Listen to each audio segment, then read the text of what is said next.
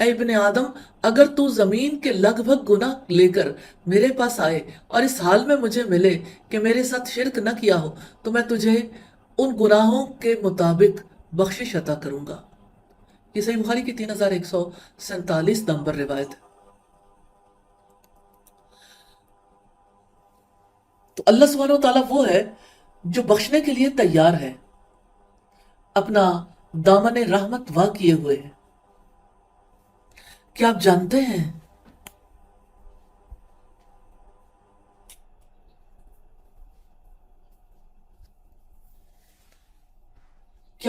کہ ہر بیماری، دکھ، غم اور تکلیف جو آپ کو پہنچتی ہے وہ آپ کے گناہوں کا نتیجہ ہے۔ رب العزت نے فرمایا وَمَا أَصَابَكُم مِّن مُّصِيبَةٍ فَبِمَا كَسَبَتْ أَيْدِيكُمْ وَيَعْفُو عَن كَثِيرٍ۔ اور جو مصیبت تمہیں پہنچی ہے تو اس وجہ سے جو تمہارے ہاتھوں نے کمایا، اور وہ بہت سے قصوروں سے درگزر کرتا ہے۔ غیبت کرنا، جھوٹ بولنا، دھوکہ دینا، حسد کرنا، دوسروں کو حقیر سمجھنا، نافرمانیاں کرنا، ان چیزوں کو دیکھنا جو جائز نہیں ہے، اور فرائض میں تاخیر کرنا، یہ سب ایسے گناہ ہیں جنہوں نے ہمیں بہت زیادہ دکھ اور تکلیف پہنچایا ہے، یعنی ہمیں بہت زیادہ تکلیف پہنچائی ہے اور دکھ دیا ہے۔ بظاہر تو ایسا لگتا ہے کہ ہمارا اختیار ہے، ہم کسی کے بارے میں اس کی پیٹھ پیچھے بات کرنا چاہیں تو ہمارے لیے کوئی مشکل نہیں، کوئی روکنے ٹوکنے والا نہیں، کوئی ایسا نہیں جو اس فعل پر ہماری سرزنش کر سکے یا ہمیں سزا دے سکے۔ تو اب دیکھیں کہ ایسے میں انسان کے لیے غیبتیں کرنا کتنا آسان ہو گیا ہے، لیکن غیبت کتنا بڑا جرم ہے اور اس کی کتنی بڑی سزا ہے۔ اللہ سبحانہ وتعالیٰ نے فرمایا کہ کیا تم یہ پسند کرتے ہو کہ اپنے مردہ بھائی کا گوشت کھاؤ؟ اور نبی صلی اللہ علیہ وسلم جب معراج کے لیے تشریف لے گئے تو ایسے لوگوں کو دیکھا جن کے تانبے کے ناخن تھے، جو اپنا گوشت نوچ نوچ کے کھا رہے تھے، جو اپنا گوشت نوچ رہے تھے۔ تو سیدنا جبریل علیہ السلام سے آپ صلی اللہ علیہ وسلم نے پوچھا یہ کون لوگ ہیں؟ تو انہوں نے کہا یہ جو لوگوں کی پیٹھ پیچھے ان کی غیبت کیا کرتے تھے۔ اسی طرح آپ دیکھیے دھوکہ دینا کتنا بڑا گناہ ہے۔ کتنے لوگ آسانی سے کسی کو دھوکہ دے جاتے ہیں، جس کو دھوکہ دیا جاتا ہے اس کو چین نہیں آتا۔ اللہ سبحانہ وتعالیٰ تو عادل ہے، کیسے ہو سکتا ہے کہ اس خطا اور اس غلطی پر انسان کی پکڑ نہ ہو؟ اسی طرح حسد ہے، کتنی آسانی سے لوگ حسد کرتے ہیں، دلوں کے اندر کینہ اور بغض رکھتے ہیں۔ تو جو حسد کرتے ہیں وہ کب یہ دیکھتے ہیں کہ اس پر ہماری پکڑ ہو جائے گی؟ وہ تو یہ فیل کرتے ہیں کہ ہم بچپن سے حسد کرتے چلے آ رہے ہیں، بچپن سے دلوں میں جتنا کینہ رکھا، بغض پالا، اس کے لیے کیا وہ اپنے آپ کو جسٹیفائیڈ نہیں سمجھتے؟ اپنے آپ کو وہ سمجھتے کہ ہم حق رکھتے ہیں کہ یعنی اپنے دل میں یہ بات رکھیں، کسی کے بارے میں بغض رکھنا یہ ہمارا حق نہیں بلکہ فرض سمجھتے ہیں۔ تو حسد نیکیوں کو اس طرح کھا جاتا ہے جیسے آگ لکڑی کو آگ کھا جاتی ہے۔ پھر اب دیکھیں کہ آنکھوں سے وہ چیزیں دیکھنا جو جائز نہیں ہے۔ آج کے دور میں تو گناہوں میں سے یہ کتنا بڑا گناہ ہے۔ جن کے ہاتھوں میں موبائل ہیں وہ کیا کچھ نہیں دیکھ رہے۔ ان گیجٹس نے انسانوں کی نظروں کو کس قدر گناہ گار کر دیا ہے۔ اللہ سبحانہ وتعالیٰ کہتے ہیں لا تدرکہ الابصار وہو یدرک الابصار، نگاہیں اس کو پا نہیں سکتی، وہ نگاہوں کو پا لیتا ہے۔ اللہ سبحانہ وتعالیٰ دیکھ رہے ہوتے ہیں، اس کو معلوم ہے کون اپنی نگاہوں کو کہاں لگائے ہوئے۔ تو جو اپنی نگاہوں کا غلط استعمال کرتا ہے وہ کب یہ محسوس کرتا ہے کہ میں نے کوئی غلط کام کیا؟ یہ سارے گناہ ہیں۔ یہ گناہ انسانوں کو تکلیف اور دکھ پہنچاتے ہیں، انسان کی روح پر برے اثرات مرتب کرتے ہیں۔ ایسا نہیں ہوتا کہ گناہوں کا اثر نہ ہو، کوئی انسان تسلیم نہ کرے تب بھی گناہوں کا اثر ہوتا۔ تو آپ دیکھیے کہ ان گناہوں کی معافی کے لیے ہمیں اس ذات کی طرف رجوع کرنے کی ضرورت ہے جو الغفور ہے۔ ہم کسی ایسے شخص کی تلاش میں رہ کر جو ہمیں کچھ رقم ادھار دے دے، اپنے آپ کو کتنا ذلیل کرتے رہتے ہیں۔ ممکن ہے کہ ہم اس رقم کی ضرورت ہمارے کیے ہوئے گناہوں کے اثرات کی وجہ سے پڑی ہو۔ استغفر اللہ۔ اگر ہم سچے دل سے کہیں میں اللہ سے معافی مانگتی ہوں، تو ہمیں اللہ تعالیٰ کی مخلوق کے سامنے ذلیل ہونے کی ضرورت نہیں پڑے گی۔ اگر آپ کو اپنی عزت بہت پیاری ہے، آپ چاہتے ہیں کہ مخلوق میں آپ بے عزت نہ ہو، تو اللہ سبحانہ وتعالیٰ سے مغفرت کی دعا کر لیں۔ کتنے ہی لوگ ہیں جو اپنی عزت کا تحفظ کرتے رہتے ہیں، یہ نہیں دیکھتے کہ ہماری انسلٹ کس وجہ سے ہوئی ہے۔ کیا انسان خود سے یہ طاقت رکھتے ہیں کہ کسی کو ذلیل کر سکیں، جبکہ اللہ سبحانہ وتعالیٰ نے فرمایا وَتُذِلُّ مَن تَشَاءُ، اور تو جسے چاہتا ہے ذلیل کرتا ہے۔ تو اللہ سبحانہ وتعالیٰ کے ہاتھ میں ہے عزت اور ذلت۔ ذلت سے بچنا چاہتے ہیں تو اللہ سبحانہ وتعالیٰ سے مغفرت کی دعا کر لیں، کیونکہ یہ گناہوں کے برے اثرات ہیں جس کی وجہ سے ذلت کسی کا مقدر بن جاتی ہے۔ تو ہم کسی ایسے دم کرنے والے کی تلاش میں رہتے ہیں جسے ہم اپنے دکھوں کے بارے میں بتائیں، جسے ہم ان چیزوں کے بارے میں بتائیں جن کے خوف نے ہماری زندگیوں کو گھیرا ہوا ہے، اور ان نفسیاتی تبدیلیوں کے بارے میں بتائیں جن سے ہم گزر رہے ہیں۔ ممکن ہے کہ یہ سب ہمارے ساتھ ان گناہوں کی وجہ سے ہو رہا ہو جو ہم نے کیے ہیں۔ اگر ہم سچے دل سے کہیں میں اللہ سبحانہ وتعالیٰ سے معافی مانگتی ہوں، تو ہمیں کسی دم کرنے والے کی ضرورت نہیں پڑے گی۔ ایک شخص رسول اللہ صلی اللہ علیہ وسلم کی خدمت میں حاضر ہوا، اپنے گناہوں کی وجہ سے اس کا دل ٹوٹا ہوا تھا۔ اس نے کہا اگر آدمی تمام گناہ کر لے تو کیا اس کی توبہ قبول ہوگی؟ رسول اللہ صلی اللہ علیہ وسلم نے فرمایا کیا تم نے اسلام قبول کر لیا ہے؟ اس نے کہا میں گواہی دیتا ہوں کہ اللہ کے سوا کوئی معبود نہیں، اور یہ کہ آپ اللہ تعالیٰ کے رسول ہیں۔ آپ نے فرمایا بے شک اچھے کام کرو اور برے کام چھوڑ دو، اللہ تعالیٰ ان سب کو اچھا بنا دے گا۔ اس نے کہا کیا میرے بڑے گناہوں کو بھی؟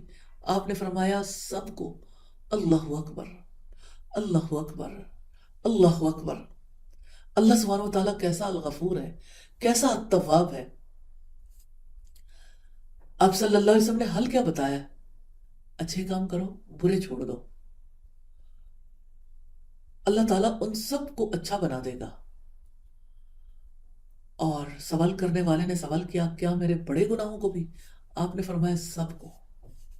عمر بن الخطاب مسلمانوں کو اپنا مذہب چھوڑنے پر مجبور کرتے تھے، اپنے مضبوط ہاتھ سے کوڑا پکڑ کر اپنی مسلمان لونڈی کی پیٹھ پر مارتے تھے، اور جب تک وہ تھک نہیں جاتے تھے کبھی نہیں رکتے تھے۔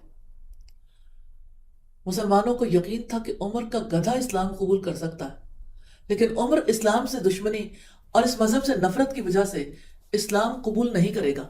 لیکن بعد میں اللہ سبحانہ وتعالیٰ نے ان پر توبہ کے دروازے کھول دیے، چنانچہ وہ عمر الفاروق بن گئے، یعنی عادل اور منصف۔ اللہ سبحانہ وتعالیٰ نے ان تمام تکلیفوں کو معاف کر دیا جو سیدنا عمر رضی اللہ تعالیٰ عنہ اپنے غلاموں اور لونڈیوں کو پہنچایا کرتے تھے۔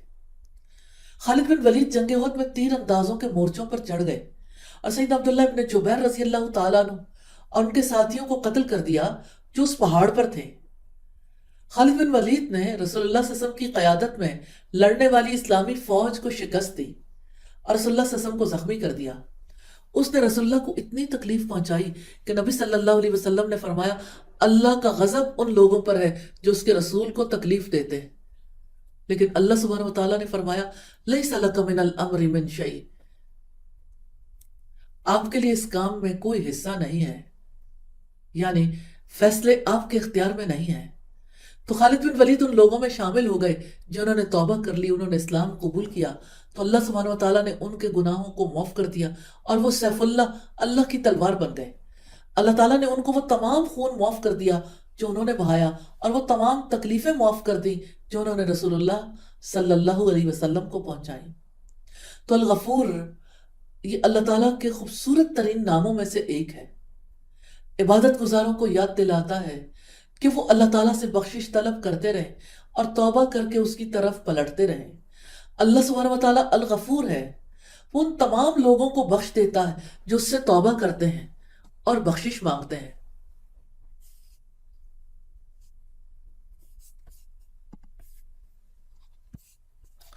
رسول اللہ صلی اللہ علیہ وسلم نے فرمایا تمام بنی آدم خطا کار ہیں اور بہترین خطا کار وہ ہیں جو توبہ کرنے والے ہیں۔ سیدنا موسیٰ علیہ السلام کا واقعہ بیان کرتے ہوئے رب العزت نے فرمایا قال رب انی ظلمت نفسی فاغفر لی فغفر له انہ هو الغفور الرحیم۔ موسیٰ نے کہا اے میرے رب یقیناً میں نے اپنی جان پر ظلم کیا ہے، چنانچہ آپ مجھے بخش دیں، تو اللہ تعالیٰ نے اس کو بخش دیا، یقیناً وہ بڑا بخشنے والا نہایت رحم والا ہے۔ اپنے آپ کو میسج دیجئے میں حل تلاش کرتی ہوں، میں سوچتی ہوں کہ ان لوگوں کو کیا کرنا چاہیے جس کی وجہ سے انہیں اللہ سبحانہ و تعالیٰ سے مغفرت مل جائے۔ میں حل تلاش کرتی ہوں۔ ایک لڑکی ایسی ہے کہ جب بھی اس کی ایک کلاس فیلو بات کرتی ہے تو وہ مذاق اڑاتی ہے۔ مذاق اڑانے والی اس لڑکی کو اللہ تعالیٰ سے مغفرت کیسے مل سکتی ہے؟ ایک لڑکے نے اپنے دوست کو غلطی سے دھکا دے دیا جس سے وہ گر گیا، اس کی گھڑی ٹوٹ گئی۔ اس لڑکے کو اللہ سبحانہ و تعالیٰ سے مغفرت کیسے مل سکتی ہے؟ اور ایک لڑکا کچرا کچرے دان سے باہر اس لیے پھینک دیتا ہے تاکہ صفائی کرنے والے کو زیادہ محنت کرنی پڑے، اس لڑکے کو اللہ تعالیٰ سے مغفرت کیسے مل سکتی ہے؟ تو اللہ تعالیٰ کی مغفرت کی خصوصیات ہیں۔ پہلی خصوصیت ہے اللہ تعالیٰ کی مغفرت وسیع ہے، اس کی کوئی انتہا نہیں۔ کسی کو بھی کبھی بھی اللہ سبحانہ و تعالیٰ کی مغفرت سے مایوس نہیں ہونا چاہیے۔ رب العزت کا فرمان ہے ان ربک وسیع المغفرہ، یقیناً تیرا رب وسیع مغفرت والا ہے۔ اور اللہ تعالیٰ کی مغفرت کی خصوصیات ہیں، اور ان میں سے دوسری خصوصیت ہے اللہ تعالیٰ کی مغفرت جامع ہے۔ اللہ سبحانہ و تعالیٰ کی مغفرت کی ایک خصوصیت یہ ہے کہ اللہ تعالیٰ اپنے بندوں کے سارے گناہ معاف کر دیتا۔ وہ جتنی زیادہ مغفرت طلب کرتے ہیں اللہ سبحانہ و تعالیٰ انہیں اتنا ہی زیادہ معاف فرما دیتے ہیں اور ان کے گناہوں کو بخش دیتے ہیں۔ رب العزت کا فرمان ہے ان اللہ لا یغفر ان یشرک بہ ویغفر ما دون ذلک لمن یشاء ومن یشرک باللہ فقد افترى اسما عظیما۔ بے شک اللہ سبحانہ و تعالیٰ اس بات کو نہیں بخشے گا کہ اس کے ساتھ شرک کیا جائے، اور جو اس کے علاوہ ہے وہ جس کے لیے چاہے گا بخش دے گا، اور جو اللہ تعالیٰ کے ساتھ شریک کرے گا تو یقیناً اس نے بہت بڑا گناہ کر لیا ہے۔ اور اللہ تعالیٰ کی مغفرت کی تیسری خصوصیت ہے اللہ تعالیٰ کی مغفرت کامل ہے۔ اللہ تعالیٰ جسے چاہتا ہے اپنے فضل سے بخش دیتا ہے، وہ جو چاہتا ہے کرتا ہے، اسے کوئی روکنے والا نہیں۔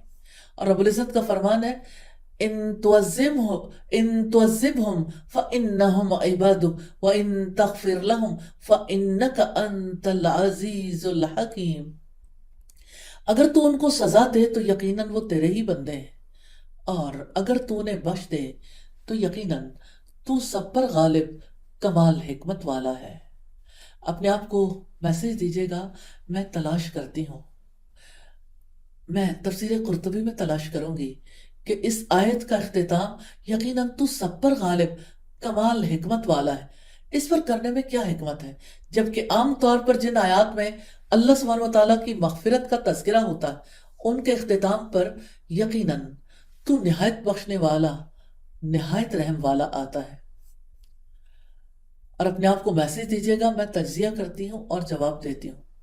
ایک شخص نے اپنے ساتھی سے کچھ رقم ادھار لی، اس کے بعد اس نے اس بات کا انکار کر دیا کہ اس نے کوئی رقم لی تھی اور رقم واپس بھی نہیں کی۔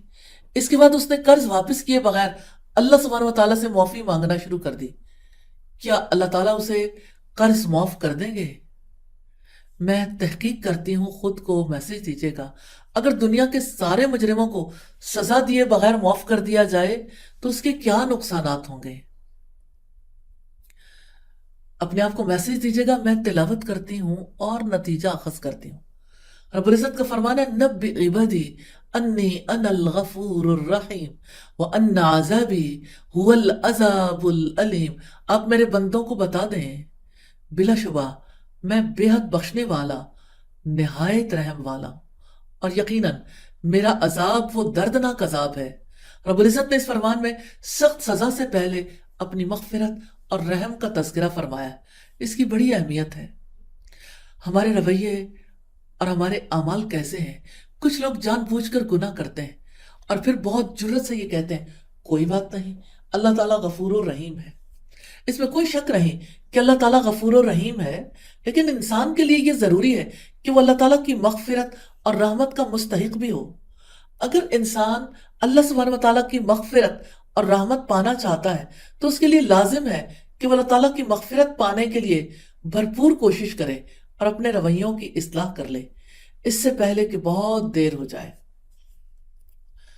تو ہمارے رویے اور ہمارے اعمال کیسے ہیں؟ یہ جہالت کی نشانی ہے کہ انسان گناہوں میں ڈوبا رہے اور اس کے باوجود اللہ سبحانہ وتعالیٰ کی مغفرت کی تمنا کرتا رہے۔ اور یہ بھی جہالت کی نشانی ہے کہ انسان توبہ کرے اور نہ ہی اللہ تعالیٰ سے مغفرت مانگے، لیکن اس کے باوجود یہی کہتا رہے اللہ تعالیٰ غفور و رحیم ہے۔ ہم نے یہ سیکھا ہے کہ اللہ تعالیٰ کی اپنے بندوں کے لیے مغفرت وسیع ہے، اس کی کوئی انتہا نہیں ہے۔ یہ بات ایک مومن کو امید دلاتی ہے کہ وہ اپنے گناہوں سے توبہ کر لے، اپنی اصلاح کر لے اور اپنے اعمال کے ذریعے اللہ سبحانہ وتعالیٰ کو راضی کر لیں۔ ایمان والوں کو بھی چاہیے کہ وہ لوگوں کی غلطیوں کو معاف کر دیں اور درگزر کریں، جیسا کہ رب العزت نے فرمایا وَلْيَعْفُوا وَلْيَصْفَحُوا أَلَا تُحِبُّونَ أَن يَغْفِرَ اللَّهُ لَكُمْ وَاللَّهُ غَفُورٌ الرحیم۔ اور لازم ہے کہ وہ درگزر کریں۔ کیا تم پسند نہیں کرتے کہ اللہ تعالیٰ بھی تمہیں بخش دے؟ اور اللہ تعالیٰ بے حد بخشنے والا، نہایت رحم والا ہے۔ تو لوگوں کے گناہوں کو معاف کرنا اور درگزر کرنا بھی اللہ سبحانہ وتعالیٰ کی عبادت ہے۔ تم اپنے آپ کو میسج دیجیے گا میں اپنے خیالات کو منظم کرتی ہوں۔ الغفور سے تعلق کے لیے ہم کیا کریں؟ نمبر 1، اللہ تعالیٰ سے محبت کرنی ہے، اس کی حمد بیان کرنی ہے اور اس کا شکر ادا کرنا ہے کہ وہ گناہوں کو بخش دیتا۔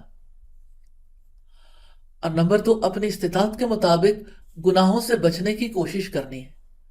اور اگر کبھی کوئی گناہ ہو جائے تو اللہ سبحانہ وتعالیٰ کو یاد رکھنا ہے، اس سے معافی مانگنی ہے، اس سے امید رکھنی ہے کہ وہ گناہ بخش دے گا، اس کی رحمت سے کبھی مایوس نہیں ہونا۔